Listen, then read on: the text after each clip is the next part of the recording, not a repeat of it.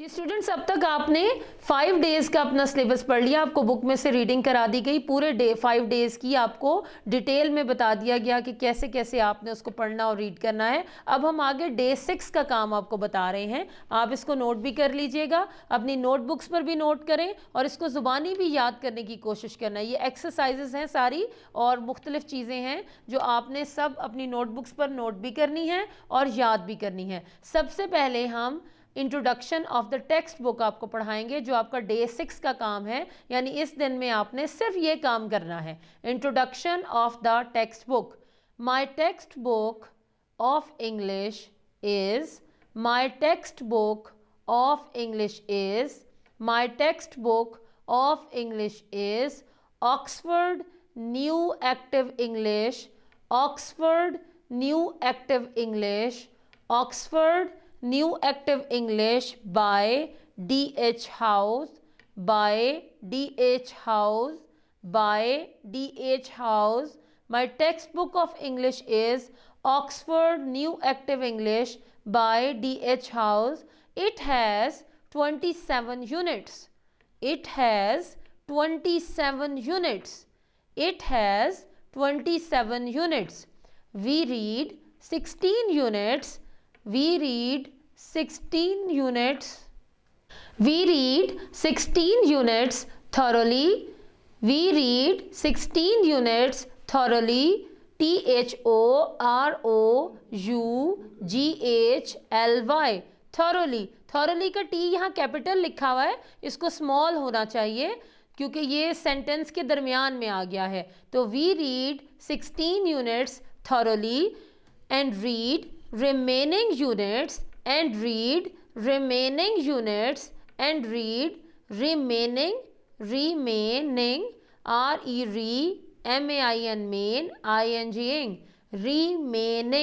units as an extensive reading।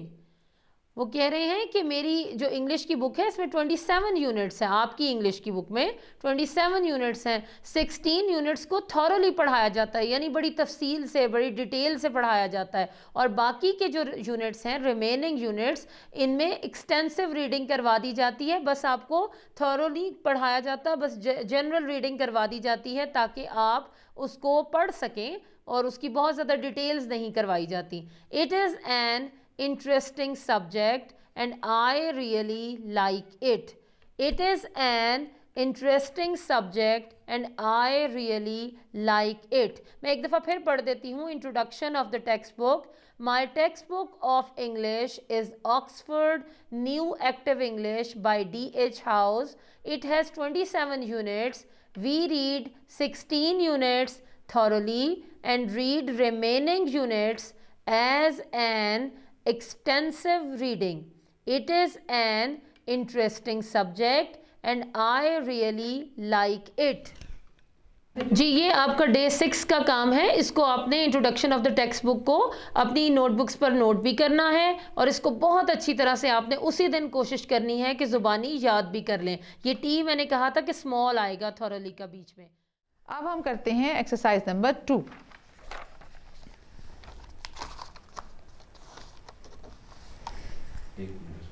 इसको थोड़ा सा इधर करना पड़ेगा। इसको विषय का आप जहाँ पे आप समझ रहे हैं कि वो ग्रिप आ जाएगी वहाँ तक लगा दें।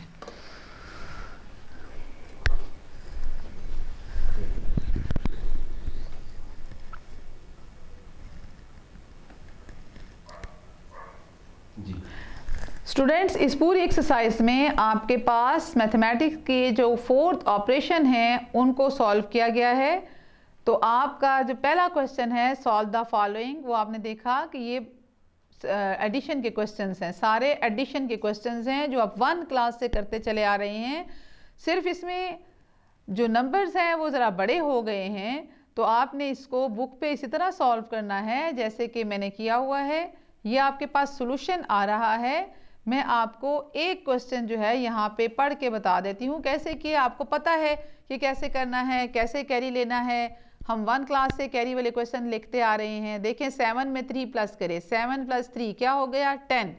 10 का हमने लगाया 0, 1 कैरी आगे, 9 और 6 हो गया 15, 15 में 1 प्लस किया तो 16, 6 लगा दिया, 1 कैरी, 8 एंड 5 13, 13 में 1 ऊपर कैरी प्लस किया तो 14, 4 लगा दिया, 1 कैरी आगे, 5 एंड 5 10 एंड 1 कैरी जो प्लस किया तो 11, 1 लगा दिया, 1 कैरी ऊपर लिखा, 7 एंड 3 10, 10 में 1 प्लस किया तो 11, 1 आया, 1 कैरी ऊपर, 6 एंड 4 10, 10 में 1 प्लस करें तो 11, फिर 1 आ गया और 1 कैरी, अब 7 और 1 8 एंड 1 9, तो इसमें अब कोई कैरी नहीं है, 9 एंड 3 को प्लस करें तो 12 आता है, 2 लिखा और 1 कैरी ऊपर ले गए, एंड देन 8 एंड 2 10 और 1 11, तो ये 11 आखिर में चूँकि ख़त्म हो गया तो 11 पूरा हमने लिख दिया, तो ये आपका सोल्यूशन है।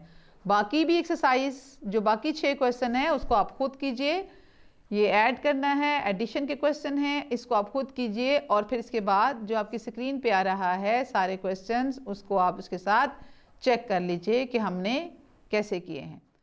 स्टूडेंट्स, डे 6 में हमने किताब का तारुफ पढ़ना और उसको याद करना है, तो मेरे साथ पढ़िए किताब का तारुफ।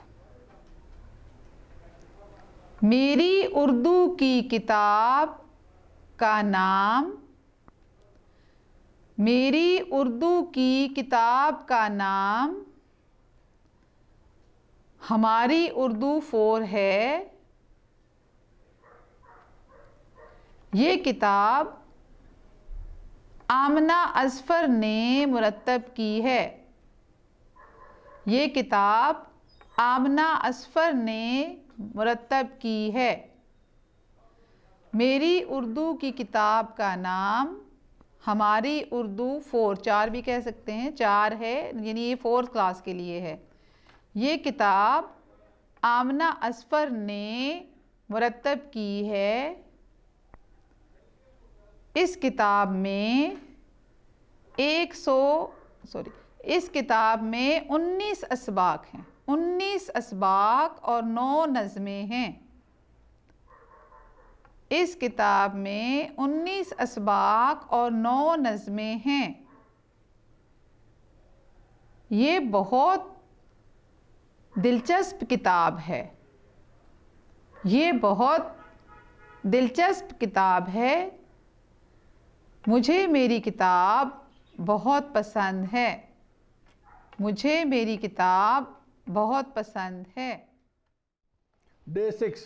Smooth muscles are also called involuntary muscles. जो स्मूथ मसल्स होते हैं ये इनवॉलेंटरी मसल्स कहलाते हैं। Involuntary muscles perform their job without you even thinking about it. जो इनवॉलेंटरी मसल्स होते हैं वो आपके सोचे बगैर भी अपना काम करते रहते हैं। They keep doing their work automatically, वो अपना काम ऑटोमेटिकली करते रहते हैं। If they needed your instruction, अगर इनको आपकी हिदायत की ज़रूरत होती, just imagine what could happen, आप सोचें ज़रा कि क्या हो सकता था। इफ़ यू एट समथिंग, कि आप कुछ खाएं, and forgot to instruct your stomach to digest it, और भूल जाएं अपने महदे को ये हिदायत देने के लिए कि वो इसको हज़म कर ले। यानी आप कुछ खाएं और फिर अगर आपने खुद कहना हो अपने मैदे को कि अब इसको हज़म करो और आप कहना भूल जाएं तो फिर क्या होगा। Cardiac muscles, the muscles which make up the heart are the cardiac muscles. वो मसल जो दिल को बनाते हैं, जिनसे दिल बना होता है, उन्हें कार्डियक मसल्स कहते हैं। लाइक द स्मूथ मसल्स की तरह दे आर इनवॉलेंटरी मसल्स, ये भी इनवॉलेंटरी मसल्स होते हैं। The cardiac muscles are attach to each other. Cardiac muscle जो हैं वो एक दूसरे के साथ जुड़े होते हैं। Instead of being attach to a bone, बजाय इसके कि वो किसी हड्डी के साथ जुड़े हुए हों। Cardiac muscles contract to pump the blood. Cardiac muscle जो हैं वो इकट्ठे होते हैं खून को पंप करने के लिए आउट ऑफ द हार्ट, दिल में से, एंड देन रिलैक्स होता, फिर ठीक हो जाते हैं। To let the blood back in after it, to let the blood back in, ताकि खून को वापस आने दें after it has circulated through the body, जब ये जिस्म के अंदर पूरी तरह घूम कर आ चुका हो। Skeletal muscles are joined to the bones by tendons. Skeletal muscle जो हैं वो टेंडन्स के ज़रिए, यानी ये खास किस्म के टिश्यूज़ हैं, उनके ज़रिए हड्डियों के साथ जुड़े होते हैं। Tendons are thick strong sheets of tissues. Tendons क्या हैं? वो बड़ी मोटी और मजबूत शीटें होती हैं टिश्यूज़ की, that attach a bone to a muscle, जो कि एक हड्डी को एक मसल के साथ जोड़ देती हैं। Skeletal muscles are also called voluntary muscles. Skeletal muscle जो हैं वो वॉलेंटरी मसल भी कहलाते हैं। This means that they move when you want them to move. इसका मतलब ये है कि वो उस वक्त हरकत करते हैं जब आप चाहते हैं कि वो हरकत करें।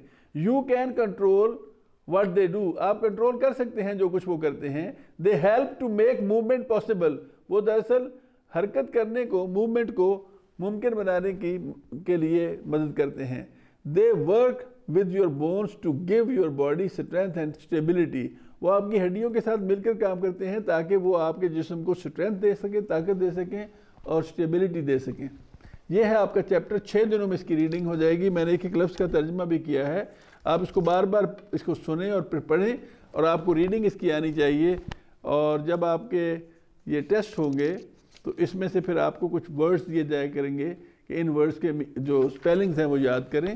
अभी भी आप ये जो वर्ड्स हैं मैं आपको बता देता हूँ, कुछ इसमें से उनके स्पेलिंग ज़रूर याद कीजिएगा। जो मोटे मोटे इसके वर्ड्स हैं, जो इसके इम्पॉर्टेंट वर्ड्स हैं इस चैप्टर के, उसमें टिश्यू है और ये लफ्ज़ टिश्यू, उसके अलावा मस्कुलर, फिर उसके बाद ये नहीं कि और इम्पोर्टेंट नहीं है, बस मैं थोड़े देना चाह रहा हूँ ताकि आपको ऑर्गन एक लफ्ज़ है, ये ज़रूर याद करें।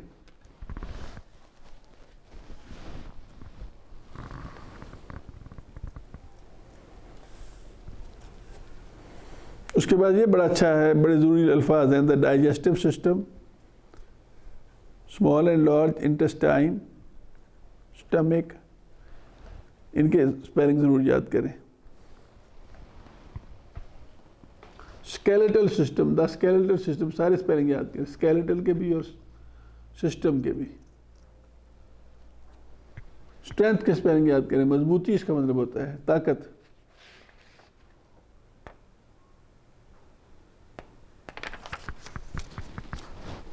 Muscular system, the muscular system, इसके स्पेलिंग याद कर लें। कार्डियक मसल्स, मसल्स के स्पेलिंग, कार्डियक के spelling.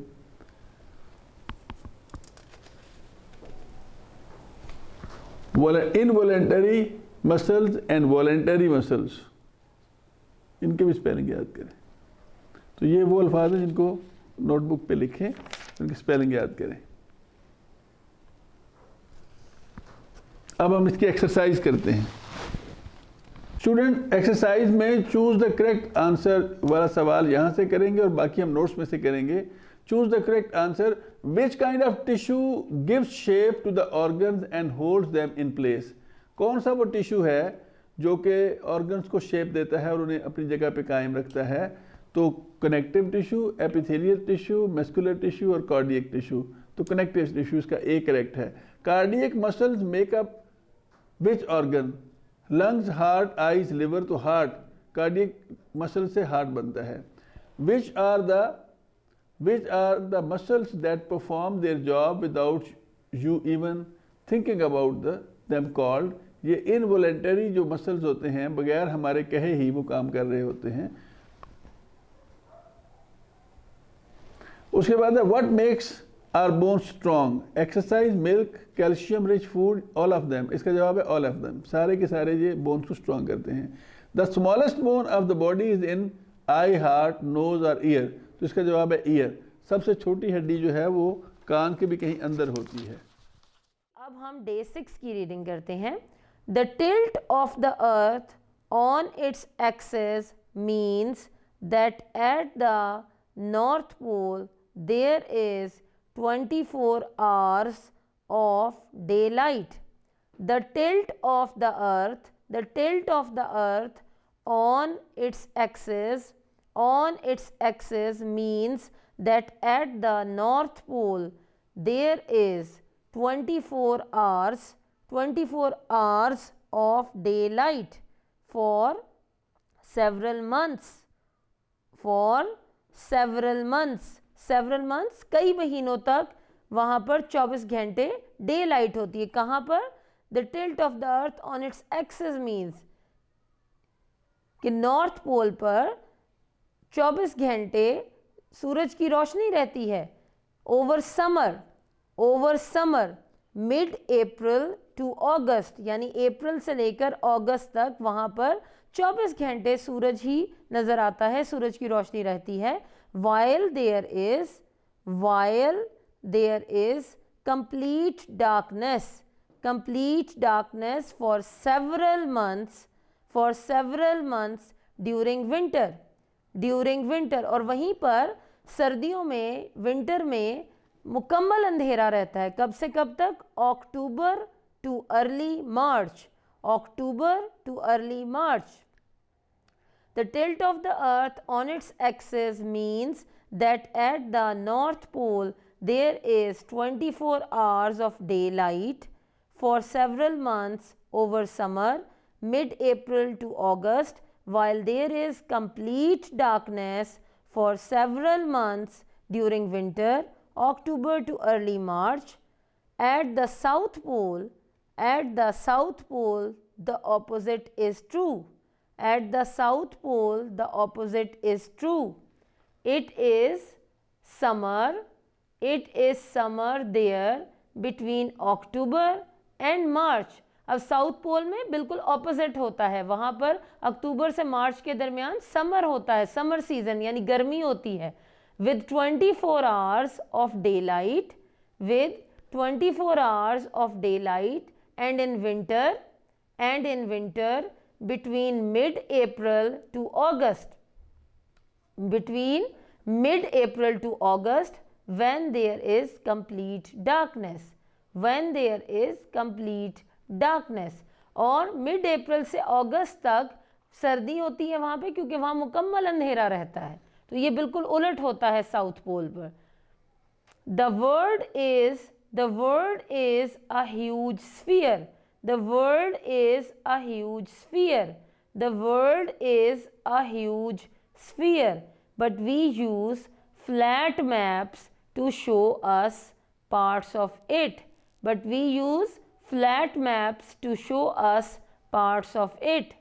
Maps need a clear title, scale and a key.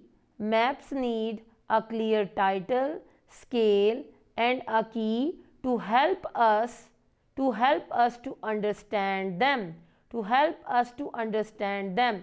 वैसे तो दुनिया गोल होती है, लेकिन जो मैप नक्शे बनाए जाते हैं वो अमूमन इस तरह फ्लैट होते हैं, और किसी भी नक्शे में बहुत क्लियरली उसका टाइटल, उसका स्केल जिसमें मेजर किया जा सके, उसकी डायरेक्शंस को, और उसके अंदर एक की बहुत क्लियरली बतानी चाहिए ताकि मैप को समझा जा सके. You will use many different maps in this book. Here is a map of the world showing the continents and oceans. Here is a map of the world showing the continents and oceans. यहाँ जो map दिया गया है वो continents और oceans को show कर रहा है. आप जब क्लासरूम में आएंगे तो आपने देखा होगा वैसे भी कि आपकी क्लासरूम में भी मैप्स लगे हुए हैं. तो आप क्लास में आएंगे तो यहाँ पर हम डिस्कस करेंगे कॉन्टिनेंट्स कहाँ हैं, ओशंस कहाँ हैं. तो ये आपकी डे 6 की रीडिंग कंप्लीट हुई. अब हम डे 7 की तरफ चलते हैं. डे 6 में हमने रीडिंग करनी है points to remember for offering नमाज, कि नमाज अदा करने के लिए हमें कौन कौन सी बातों का ख्याल रखना है. When you perform नमाज you are standing before Allah. जब आप नमाज अदा करते हैं तो आप अल्लाह के सामने खड़े होते हैं. and talking to him, और उससे बातें करते हैं. You must perform the वुज़ू, तो सबसे पहले आपको वज़ू करना चाहिए. And you must be clean, and you must be clean, और आपको साफ सुथरा होना चाहिए, टाइडी एंड प्रॉपरली ड्रेस्ड, और बहुत अच्छे तरीके से ड्रेसअप होना चाहिए, यानी साफ सुथरा लिबास पहनना चाहिए। You should you should pay attention only to what you are reciting.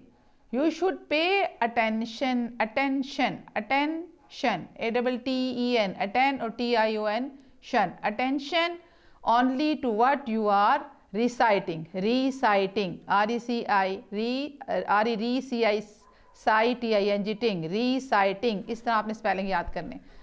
And try to seek Allah's guidance, mercy and blessings. तो आपको बहुत ही तवज्जो देनी चाहिए, जो आप पढ़ रहे हैं सिर्फ उसकी तरफ तवज्जो देनी चाहिए, अल्लाह की रहनुमाई हासिल करने की कोशिश करनी चाहिए, उसका रहम और उसकी रहमतें और बरकतें। Some points must be remembered when you saying your prayer. चंद नुकात का आपको ख्याल रखना है जब आप नमाज पढ़ रहे हों। डू वज़ू, पहले है डू वज़ू, वज़ू करें, and make your self clean and pure before you से योर नमाज, और अपने आप को साफ सुथरा बनाएं इससे पहले कि आप नमाज पढ़ें। Your clothes must be clean, आपके जो कपड़े हैं वो भी साफ होने चाहिए। द प्लेस वेयर यू से योर नमाज मस्ट बी क्लीन, और वो जगह जहाँ आपने नमाज पढ़नी है वो भी साफ़ सुथरी होनी चाहिए। स्टूडेंट्स, ये डे 6 का आपने यहाँ तक, ये डे 6 का काम है जो आपने करना है।